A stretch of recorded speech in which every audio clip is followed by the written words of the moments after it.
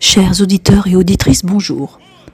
Je viens m'essayer à un autre mode d'expression, ou plutôt à un contresens de ce que j'ai pris pour l'habitude de vous délivrer. Nous sommes polarité, et ici je vais explorer ma polarité opposée. D'où le titre de ce podcast, Sarcasme. Ma version qualitative basée sur une spiritualité affirmée, non dans un dogme mais dans une ouverture sur des mondes subtils, me fait l'affront de certaines moqueries déguisées. Mais que je capte par des biais bien plus futés que mes détracteurs ne peuvent songer porter. Je les ai laissés m'inculper dans un silence profond.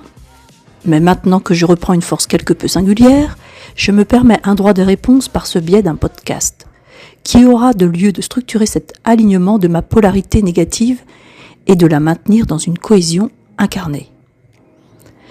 Certains, n'ayant pas les lumières à tous les étages, pensent que la moquerie leur sert d'intelligence, comme des juges manquant de connaissances et abattant une sentence médiocre de sens. Leur réalité semble basée sur une orchestration de petites mimiques sans grand intérêt, puisque leur faiblesse réduite à une éducation transitoire sur leur conviction première, la bêtise. Leur vie étant d'une platitude précoce, ils s'adonnent à émettre ou plutôt croire à ce que leur attitude exemplaire soit une force. Grand bien leur fasse. Ce qu'ils ignorent, c'est qu'eux-mêmes sont les cons d'autres cons.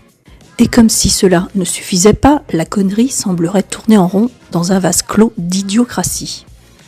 Fustiger la vie des autres en pensant être des modèles est une voie pernicieuse.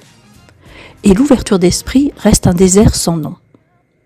L'absentéisme de cohérence dans leurs débats intellectuels, qui marque souvent un reliquat d'autres penseurs pas moins ingénieux, nous fait voir la multitude de leurs carences. Toujours est-il que leur manquement à leur intelligence émotionnelle est la pire des trahisons, puisque trouver un rejet dans la valeur des autres reste un déversoir sans fond qui les touchera en premier lieu.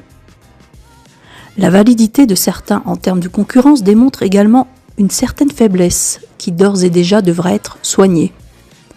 Mais ne me prétendant pas de cette race, je leur laisse toute l'amabilité qu'ils me veulent et leur décerne une couronne pour leur intérêt à ma vie, qui leur paraît sujette à des discussions ironiques.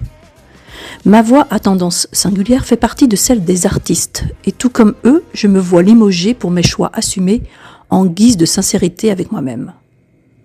Si la leur semble faite de masse et qu'ils aient assez de temps à s'adonner à cette démarche, eh bien pauvre dame, qu'il en soit ainsi. Ma demeure est ailleurs que ces bruits de couloir se faisant d'ailleurs la plupart du temps adossés à un comptoir de bar pour certains. N'ayant d'autre occupation, ils filtrent par leur opprimante étroitesse d'esprit leur valeur à la baisse. La messe est dite pour aujourd'hui, mais pour la rancœur pas encore épuisée. Pour me mettre à niveau de leur incartade, je reviendrai leur transmettre ma vision s'ils savent se reconnaître et se prélasser de leur certitude obsessionnelle d'intelligence supérieure, alors nous pourrons nous faire des joutes verbales absolument délicieuses. Ce premier épisode me semble concluant. Ce qui habitait mes pensées et de le déposer par écrit semble structurer l'esprit. Alors je vous encourage à cet exercice et vous laisse à vos démons de jugement. Merci à vous de prendre le temps de cette écoute et je vous dis à très vite pour une nouvelle diversion du sarcasme ambiant. Catherine Anet pour Écriture Connectée.